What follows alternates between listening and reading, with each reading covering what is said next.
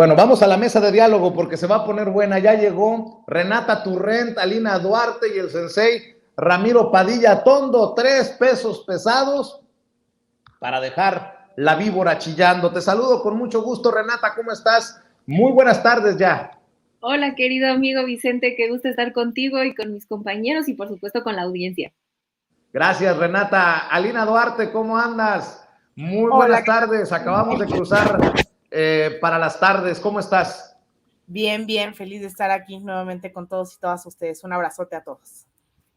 Gracias, querido Ramiro Padilla Tondo. ¿Cómo te va, sensei? ¿Dónde andas?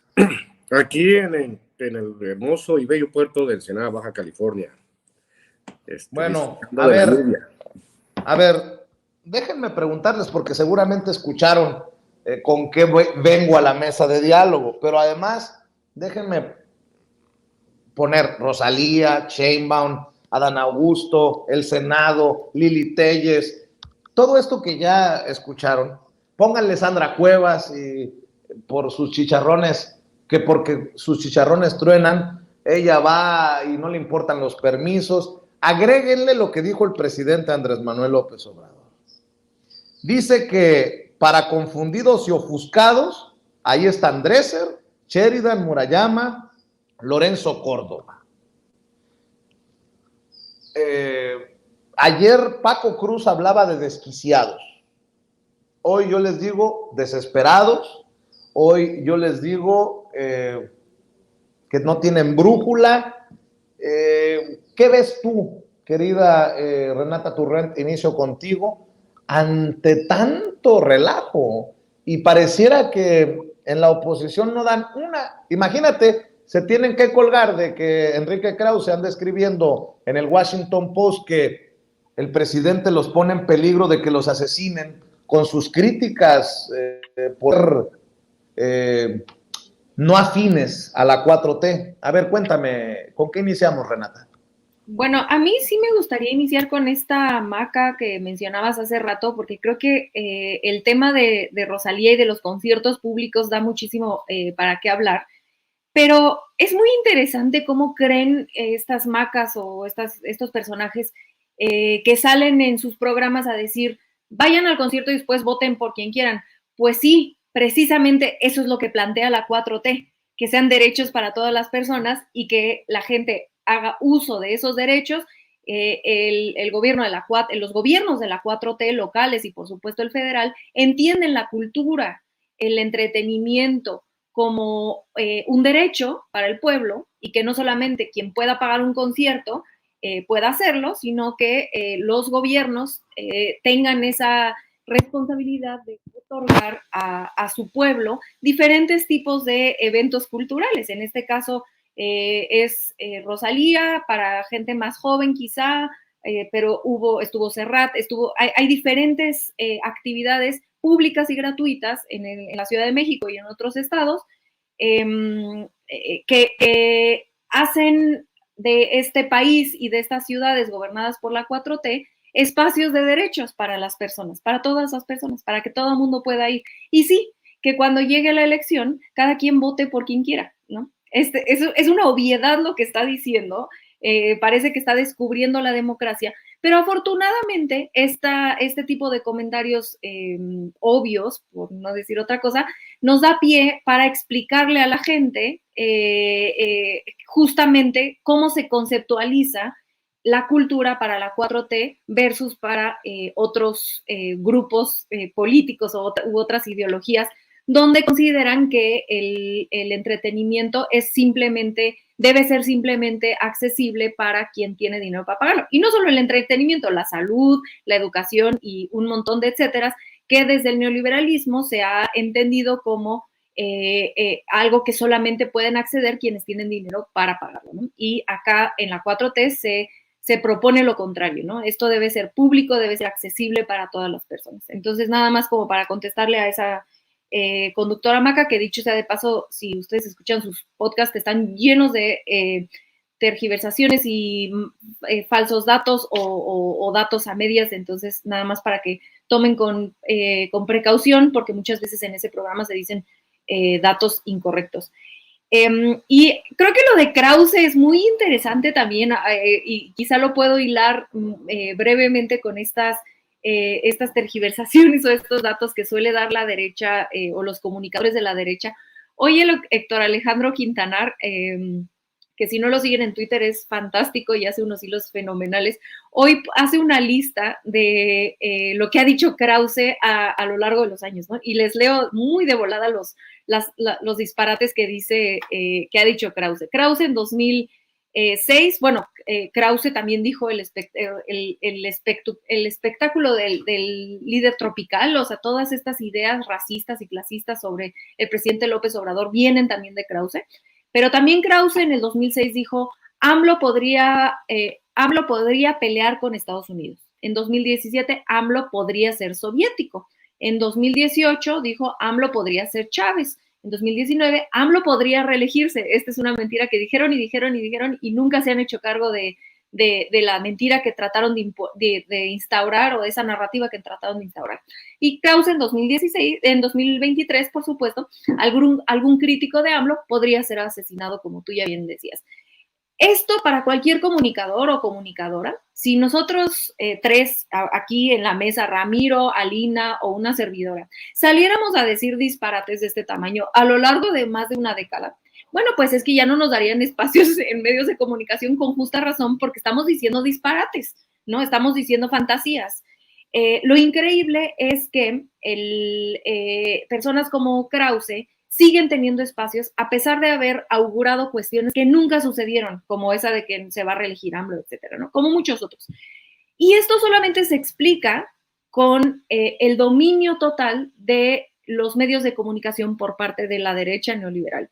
Entonces, tanto Maca como Krause creo que son, y Loretz y un montón de comunicadores en el mundo neoliberal, es interesante retomarlos y recordar que una y otra vez dicen mentiras con total impunidad y siguen saliendo en medios de comunicación a continuar mintiendo, mi querido Vicente, mi querida Alina y mi querido Ramiro y por supuesto la audiencia. Pues es que también pone sobre la mesa algo. Si nosotros dijéramos una grosería de ese nivel, porque es una grosería, una falta de respeto, no, la gente misma se alejaría de nosotros. Yo, cuando me llamara Renata, diría, ¿quién me llama? Dígale que no estoy. No se crea. Pero carajo, qué bueno que lo pones sobre la mesa, Renata. Alina, de la misma manera pregunto, ¿cómo es posible que aceptemos un análisis del perrito meón, por ejemplo, de Enrique de la Madrid, o los gritos de Lili Telles, o todos estos personajes que se supone generarían un debate pues más o menos de altura, pero no sé, yo también escucho tus comentarios, querida Lina. Pues mira, yo creo que esta matriz de opinión, ¿no?, de la derecha, pues raramente la vamos a ver descansar en realidad, así como tienen un lado, ¿no?, de actuar en lo económico a través de cierto sector empresarial, en lo económico, en lo político, en lo ideológico, pues parte de este entramado tiene que ver con los medios de comunicación y la imposición de narrativas hegemónicas que día y noche han venido haciendo esto que dice Renata, a su vez retomado, ¿no?, de Héctor, pues lo que vemos es cómo van cambiando estas narrativas, y no solamente en el caso de México, sino en todos los gobiernos progresistas de la región. Se han inventado oleadas de pensamiento, pues más que pensamiento, en realidad de chismes, ¿no? De cómo es que los gobiernos buscan que seamos comunistas, come niños, etcétera, etcétera.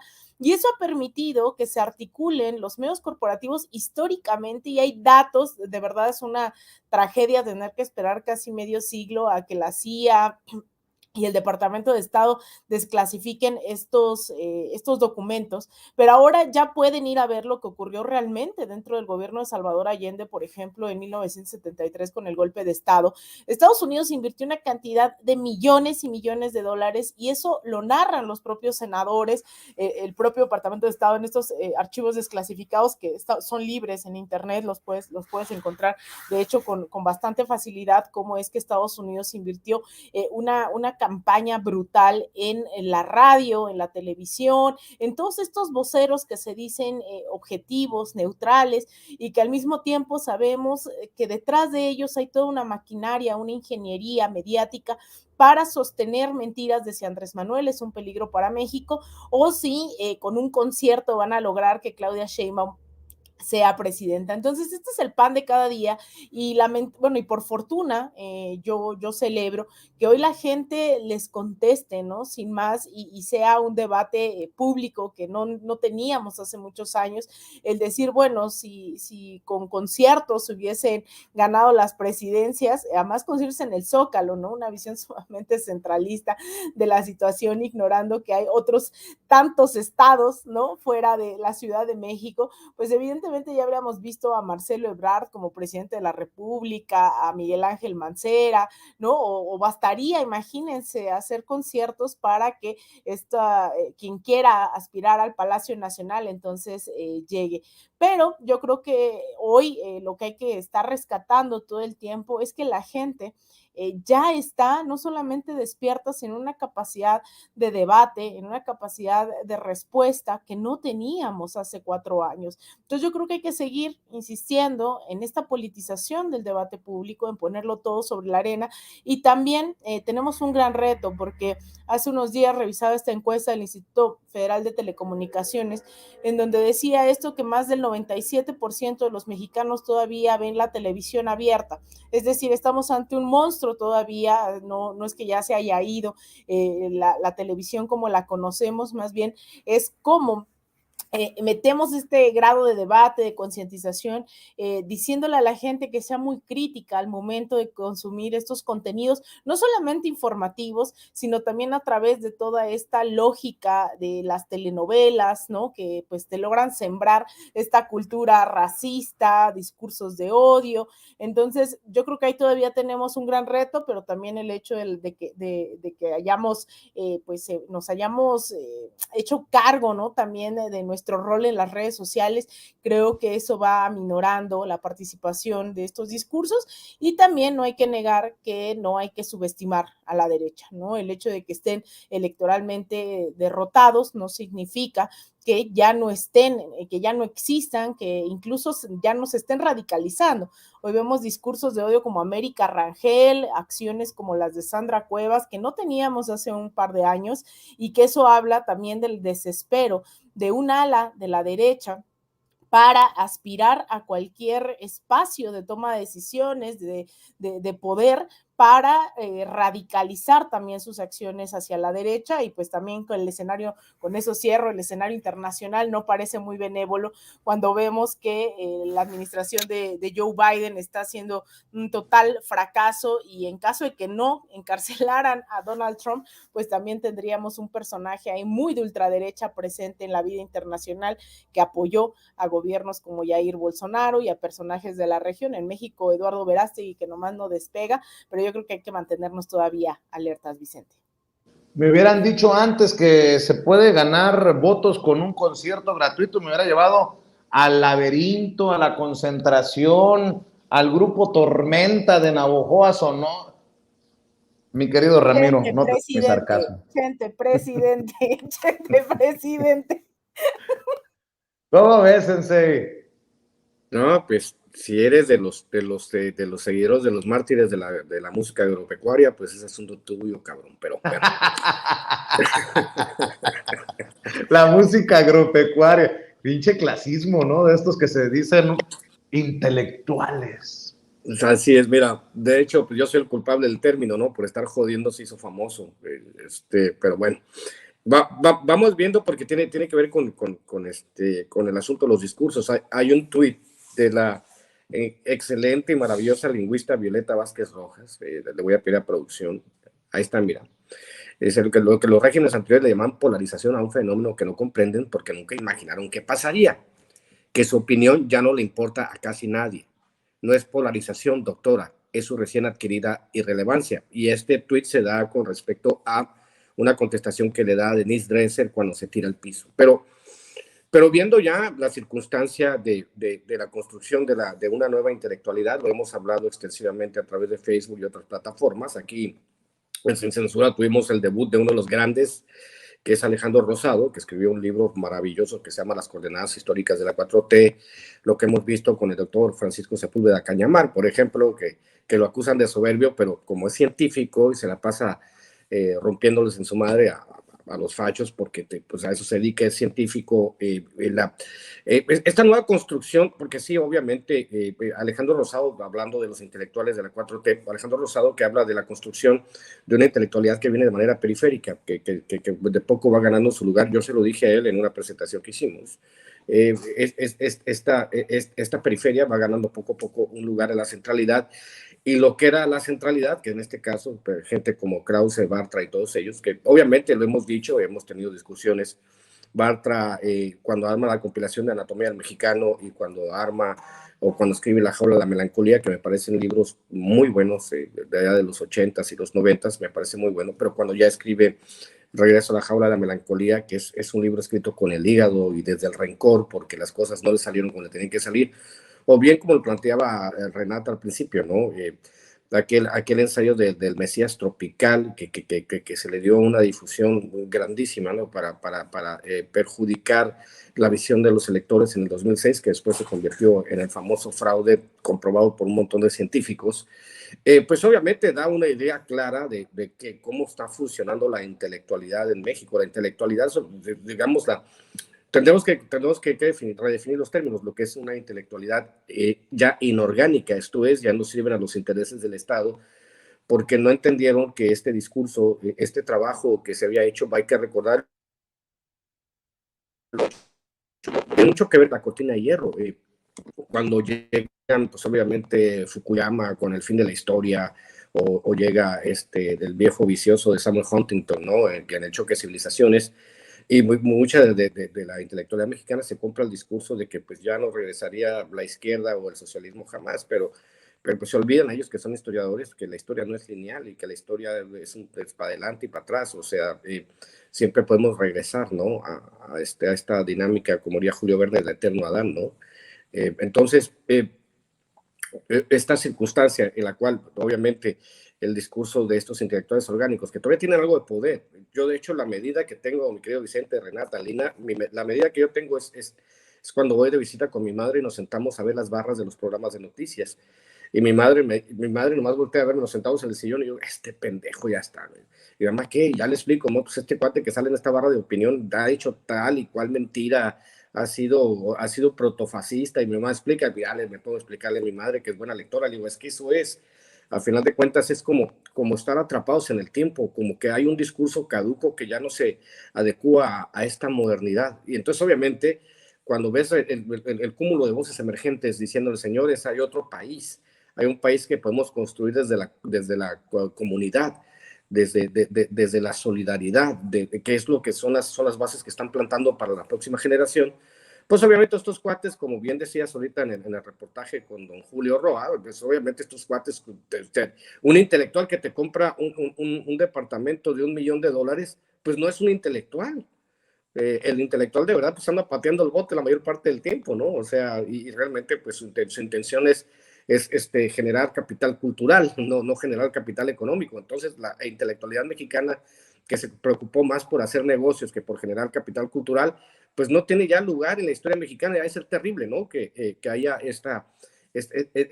digamos, que su legado esté comprometido porque no entendieron. Yo no creo, y lo digo y lo reafirmo ahora, yo no creo que en unos años vayas a una universidad y esté la sala Enrique Krause, ¿no? O haya, o como en Francia, hay un centro de estudios de Enrique Krause en Francia, por su contribución a la historia, ni de Aguilar Camín, ni de Batra, ni nadie de ellos, ¿no? El que probablemente se podría salvar es Gabriel Said antes de que se fuese al lado oscuro, pero obviamente sí es esta circunstancia donde los intelectuales que fueron orgánicos al Estado han llegado al punto de que es terrible que estén como en las películas de los Avengers, ¿no? Que se estén así volviendo arenitas, se estén desmoronando, mi querido Vicente. Hablando de estas cosas, hace rato presentaba para la audiencia los dichos de Roger Bartra, alguien que se perdió en el camino. Dice que el pueblo es medio tonto porque no entiende, y esta cuarta transformación no tiene intelectuales inteligentes. Dios, perdónalo. No sabe lo que dice. Échalo otra vez, David, por favor. Que López Obrador no tiene en su entorno un grupo de intelectuales preparados e inteligentes que puedan traducir el flujo elemental y primario de las mañaneras a un discurso coherente. La derrama cotidiana de palabras tiene como objeto lo que el presidente llama el pueblo, con comillas, que no absorbe discursos sofisticados y no parece que nadie pueda traducirlo a una versión inteligente y coherente. El régimen carece de una intelectualidad. Ya, déjalo, mi querido David. De hecho, Violeta Vázquez Rojas dice, mi intelectual perdido favorito es Roger Bartra.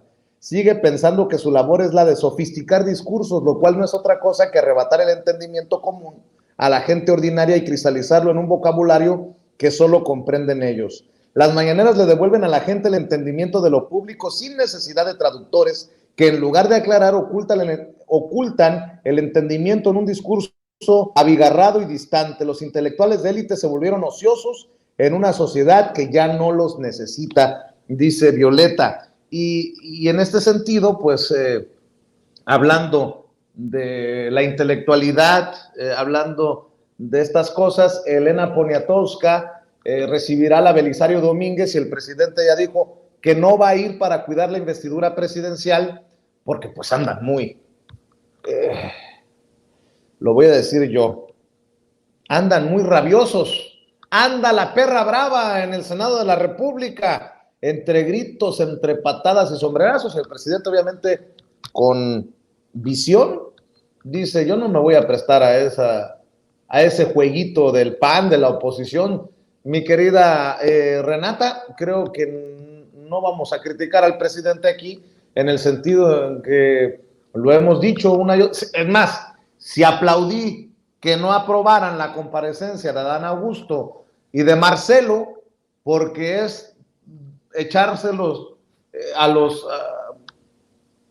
leones, por cómo están las cosas en el Senado, pues que el presidente aplauda desde Palacio Nacional a Elenita Poniatowska, pero pues no hay necesidad, no es necesaria la presencia del presidente en el Senado, a menos que tú me digas otra cosa, Renata. No, estoy totalmente de acuerdo. No tendría ningún sentido, como él lo dijo hoy en la mañanera, ¿no? ¿Para qué les voy a ir a dar el gusto a que me hagan algo ahí cuando no tiene ninguna necesidad? Y estoy segura que Elenita Poniatowska sabe perfectamente el cariño que el presidente López Obrador le tiene. Entonces, y así lo hizo años pasados, ¿no? Me parece que ningún año de su sexenio ha ido a la entrega. Por la misma razón y creo que tiene toda la razón. Si tuviéramos una oposición más seria, por supuesto que habría condiciones para que él pudiera ir, pero dada el nivel, como ya bien decía mi querida Lina ahorita, de la oposición, con personajes como los que ya conocemos, Kenia, Xochitl Gálvez, etcétera, pues sabemos y otros, ¿no? Álvarez y Casa, etcétera, y sabemos perfectamente qué tipo de comportamiento tendrían con el presidente, entonces por supuesto que no. Y en cuanto a lo que menciona Bartra, es muy interesante que se desnuden de esa manera, es muy interesante, verdaderamente para mí es algo inédito el hecho de que se atrevan a decir tan transparentemente que piensan que la gente somos tontas. Me impresiona verdaderamente, o sea, creo que no les ha pasado por encima no solamente estos 4 años y medio del presidente López Obrador, sino toda su carrera, donde les ha dado revés tras revés y les ha ganado una y otra vez, no solamente la narrativa, las políticas públicas, las reformas, las elecciones, digamos, el presidente López Obrador les ha ganado las batallas en todos los ámbitos, ¿no? A pesar de las instituciones que trataron de impedir electoralmente que el presidente López Obrador llegara al poder, y aún así siguen viendo al presidente López Obrador y a quienes seguimos su proyecto, apoyamos su proyecto, como tontos, como borregos, como gente que no entendemos, y ahora sí que tonto es el que cree, tonto es el que piensa que el pueblo es tonto, ¿no? Creo que es una frase bellísima y muy sabia del presidente López Obrador, que la oposición no se ha querido dar cuenta y por eso siguen insultando a la gente y luego se sorprenden cuando llegan y tocan la puerta a pedir un voto y pues por supuesto que nadie se los da, pues nos llevas llamando tontos, irracionales, idiotas toda la vida, pues como, ¿por qué creerías que vamos a votar por ti? Creo que Violeta pone un punto sobre la mesa interesantísimo sobre cómo es que esta gente que había vivido toda su carrera de traducir, y si me están escuchando nada más estoy haciendo unas comillas gigantes, traducir el discurso público, traducir lo que en realidad la gente tendría que entender de esta gran cosa complicada que es la política, que ninguno de ustedes, porque son tontos e irracionales, pueden entender. Fíjense, miren, yo estoy aquí para explicarles lo que es. Pues el presidente López Obrador plantea que la vida pública y que las políticas públicas y que las reformas y que las decisiones que nos afectan a todos y a todas son material para discusión de todas las personas, que no existe la política es para todos y todas, no existe tal cosa como los expertos en materia electoral y solamente ellos y ellas pueden debatir al respecto. No. A partir de que el presidente López Obrador se vuelve presidente y mediante las mañaneras tenemos a todas las personas de clase social, de todas las clases sociales que siempre habían sido excluidas del debate público, hablando de las reformas electorales, hablando de la importancia de reformar el poder judicial, hablando de por qué es importante voltear a ver al tribunal y si sus atribuciones, si están abusando de las atribuciones, que por supuesto que están abusando de sus atribuciones, hablando de la reforma eléctrica. Recordemos cómo el pueblo estaba hablando y explicando por qué Iberdrola se había colgado de las líneas de transmisión de la CFE que habíamos pagado todos con nuestros impuestos. Es increíble ver la sabiduría, el nivel de debate público en la gente, y eso pues no les gusta porque les quitaron su chamba.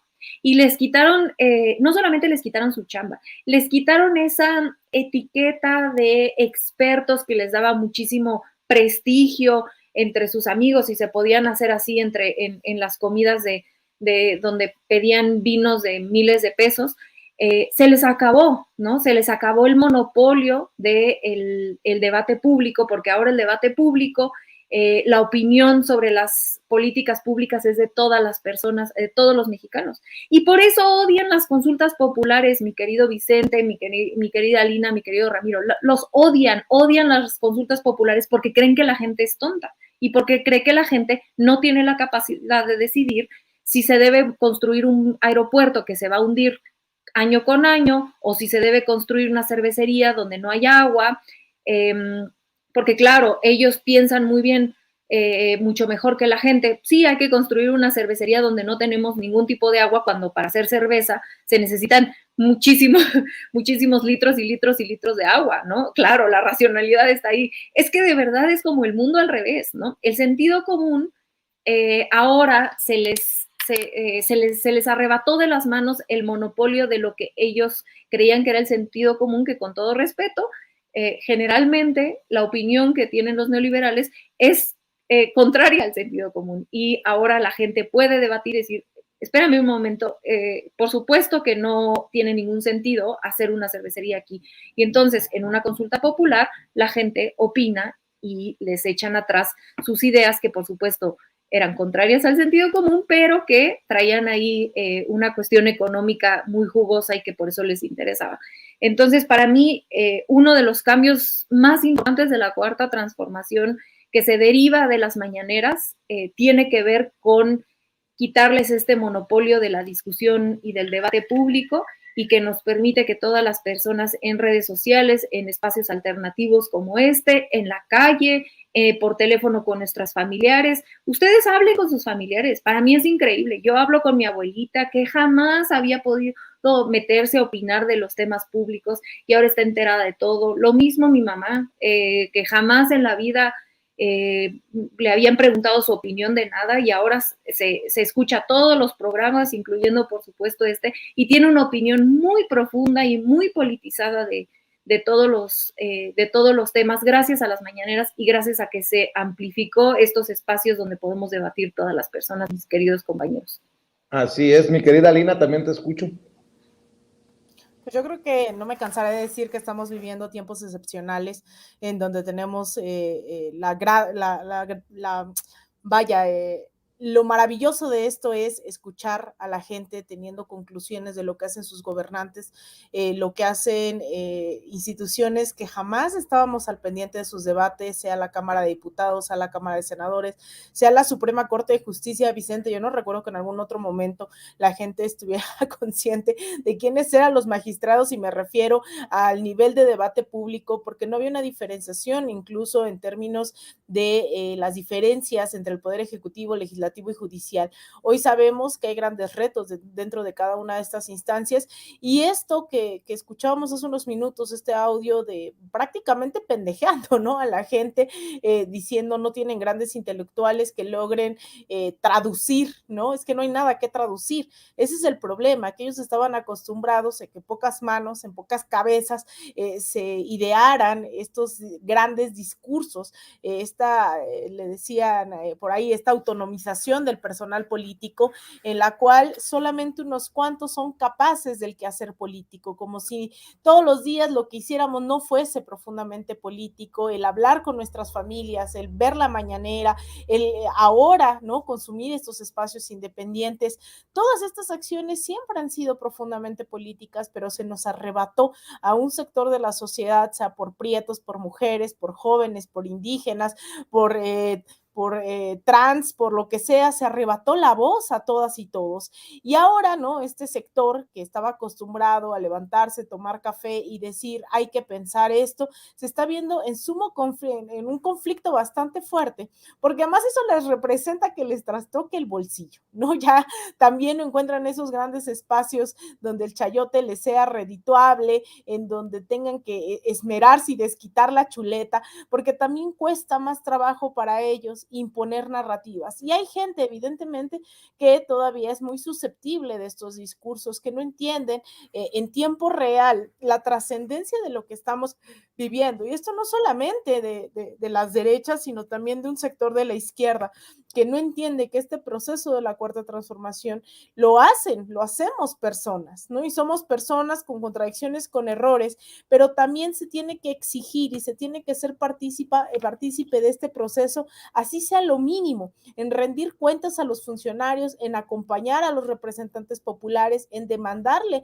a todos los niveles, tanto de la función pública como de lo legislativo, de cualquier instancia, incluso también rendirle cuentas a estos, exigirles cuentas a estos que se dijeron periodistas y que lo que vimos es que estuvieron en una complicidad absoluta con incluso grupos del narcotráfico. Que no se nos olvide que hace apenas unas semanas nos dijeron desde Nueva York, en uno de los juicios más importantes de la historia de este país, que el Universal recibía millones de pesos para legitimar una guerra contra el narcotráfico. Esos son los medios que nos dijeron que eran neutrales y objetivos, y esta complicidad viene desde hace mucho tiempo. Esto que hace el Universal no es nuevo, ni lo que hace el Reforma, pero antes todo era tan homogéneo que estos periódicos pues no se veían contestatarios, ni mucho menos, porque obviamente se dedicaban a legitimar lo que dijeran estos gobiernos. Entonces hoy hay una claridad en el espectro ideológico que no es suficiente.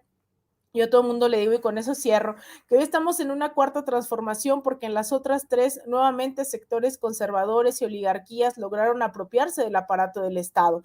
Hoy estamos ante el reto de que la cuarta transformación haya nacido para continuar, profundizarse y ver y seguir hablando de los retos que se van a seguir teniendo de cualquier proceso político en 20 años, en 30 años, o entonces pues irnos a dormir y que estos personajes nefastos vuelvan a ganar. Entonces es un punto de quiebre el que estamos viviendo, no hay que minimizarlo. Se satanizó hasta el cansancio a Hugo Chávez, a Evo Morales, a Fernando Lugo, a Lula da Silva, algunos les dieron golpes de estado, a otros los encarcelaron, los persiguieron. Tenemos a N cantidad de exiliados de todos estos procesos de izquierda aquí en México, tanto del golpe de estado de Evo Morales, funcionarios todavía que eran del gobierno de Evo, porque el Poder Judicial todavía les sigue persiguiendo en esa autonomía que tienen, entonces están exiliados aquí. La la traición de Lenín Moreno también dejó a muchos y muchas exiliadas ecuatorianas aquí, del régimen de Nayib Bukele también tenemos a compañeros y compañeras salvadoreñas aquí en México.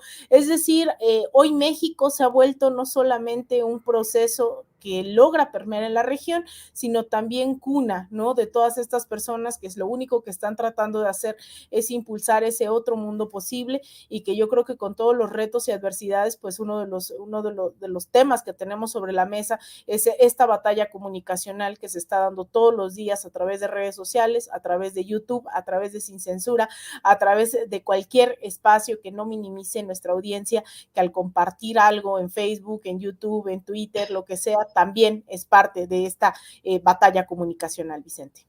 Vamos a cerrar con tus reflexiones, con tus comentarios, Ramiro. A ver, mira, obviamente pues tenemos que hacer una pausa y bien, complementando para que no quede, para que no se echen saco roto, pues obviamente estas opiniones que vierten mis compañeras son muy importantes. Yo les puedo recomendar, obviamente, Realismo Capitalista de Mark Fisher. Se puede conseguir el PDF en internet. A mí me parece que es un libro fundamental para entender esta época, y también yo recomendaría, pues obviamente, que repasáramos Las Venas Abiertas de América Latina de Galeano, y Filosofía de la Liberación de Enrique Dussel, para entender, o sea, para situarnos en una temporalidad y en una posición histórica, ¿no? Desgraciadamente para la intelectualidad mexicana de estos tiempos, regresar a las raíces pues nunca fue una opción. Pues se habla mucho de liberalismo. Obviamente a mí cuando me dicen, yo recuerdo haber tenido una discusión con un famoso, no voy a decir su nombre, un famoso doctor en economía de Harvard, que me gritaba, yo soy un liberal clásico, y yo le digo, pues decir liberal clásico es como decir tengo retraso mental, o sea, no va por ahí, ¿no? Asignarse una corriente me parece una tontería, pero obviamente este cambio de paradigma, porque son los cambios de paradigma sociales, creo que lo menciona también Alejandro Rosado en las coordenadas históricas de la 4T, cuando hay un cambio de paradigma histórico, esto es cuando un pueblo da un salto cualitativo.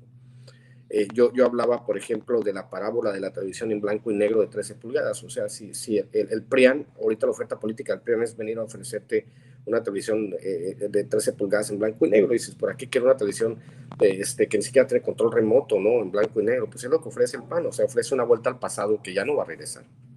Las sociedades van evolucionando, bien lo decía Lina, bien lo decía Renata, pues obviamente la gente está totalmente politizada. ¿Por qué? Porque se le dio acceso por primera vez en la historia a ser partícipes de un discurso público. Obviamente esto tiene que ver con varios factores. El factor obviamente de las redes sociales, que sin redes sociales quién sabe dónde estaríamos. Hubiesen seguido mintiendo. El esfuerzo denodado a la derecha por acabar con las mañaneras, que no va a pasar, ¿no? Porque las mañaneras son un ejercicio de rendición de cuentas diario que pues, es inédito mundialmente, y pues obviamente pues, es el ejercicio comunicacional por excelencia del presidente, y eso no va a cambiar. Entonces, hay que entender esta parte de que obviamente tiene que haber nuevas formas de intelectualidad. Obviamente hay que reconocer que todavía estamos en pañales, y lo he dicho muchas veces, tenemos que sembrar para la próxima generación, porque también tenemos que aprender a renunciar al cortoplacismo. Hay mucha gente, ¿no?, en el caso de las posiciones políticas, en el caso del discurso, que solo ven a corto plazo. Nosotros tenemos que trabajar para la próxima generación, que es lo más importante. Decirle a nuestros hijos, miren, había un modelo de país que no le servía a nadie, ahora tenemos un modelo de país que le sirve a la mayoría. Obviamente siempre va a haber minorías cuyos intereses han sido tocados, que sufren lo inaudito porque han perdido el lugar, como yo les decía, en la centralidad del discurso, ¿no? Entonces hay que disfrutar de la vida. Vivimos tiempos maravillosos donde hay medios como Sin Censura que tienen mucha audiencia, y que está la gente enterándose. Hay gente que lo ve en repetición, hay gente que ve otros programas de YouTube. Por cierto, ahí voy a estar con Pedrero en unas horas, donde se ve. Ahí me está regañando que se ve muy bajo, ahorita voy a gritar, sube el volumen, Only. Entonces te digo, hay que ver esta parte, y hay que entender que llegamos a un punto de inflexión donde ya no hay vuelta atrás, ya la derecha no va a regresar al poder. ¿Y por qué? Porque pues no han cambiado su discurso, no han entendido que para acomodarse, o sea, sobreviven los que se adaptan a las nuevas circunstancias. En este caso, la derecha no se ha adaptado, y es por eso que tienen los números que tienen. Y con la caída de Mordor, ¿no? Con la caída de Mordor, que es el Estado de México, del grupo Atlacomulco, que por cierto por ahí va a estar pronto, pues ya estamos hablando de que ya de verdad entramos, como dicen por ahí, en la plena modernidad, mi querido Vicente. Oye, mi querido Ramiro, pues cerremos invitando a la gente a tus esfuerzos, a tus espacios. Pues ya saben, ahí tenemos un montón de libros a la venta en Amazon. Para mis compañeros migrantes en Estados Unidos está mi libro, la nueva edición de A Tres Pasos de la Línea. José Tlali, que lo quieren hacer película, pues está en México para extranjeros. Ese de Hojas sin Ruta, fíjate que tengo un ensayo que se llama Los medios palestinos en Estados Unidos, en Hojas sin Ruta. Y la gente me preguntaba, ¿cuáles medios palestinos en Estados Unidos? Y yo digo, exactamente, es la forma en que el discurso de ciertas cosas no es asimétrico. Esa es la reunión de ensayos de México para extranjeros.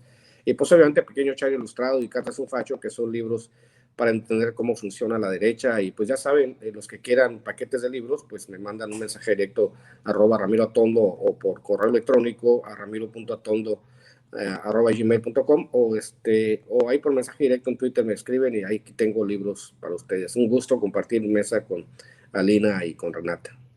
Te mando un abrazo, Ramiro, gracias. Alina Duarte, también cerremos invitando a la gente a tus espacios. Muchas gracias, Vicente. Pues a mí me pueden seguir en Twitter en @Alina Duarte _, en Instagram _Alina Duarte, en facebook.com/Alina Duarte periodista y todos los días aquí en Sin Censura. Te mando un abrazo, Vicente, Renata, mi querido Chairo Ilustrado y también a toda la audiencia de Sin Censura. Claro que sí, Renatitita, pues cerremos invitando a la gente a tus trincheras. A mí también me encuentran en @rturrente en Twitter y en Instagram y en este bello espacio todos los jueves. Le mando un grandísimo abrazo a mi querido Ramiro, a mi querida Alina, que los admiro a ambos muchísimo. Y por supuesto a ti, amigo Vicente, te mando un gran abrazo con todo mi cariño y a nuestra audiencia que la queremos y la adoramos con todo nuestro corazón. Que tengan muy bonito fin de semana. Claro que sí, un abrazo a Alina, a Renata, a Ramiro, que hablan con nosotros sin censura. Que descansen, muy buenas tardes. Y bueno, déjenme saludar a la abogada Lourdes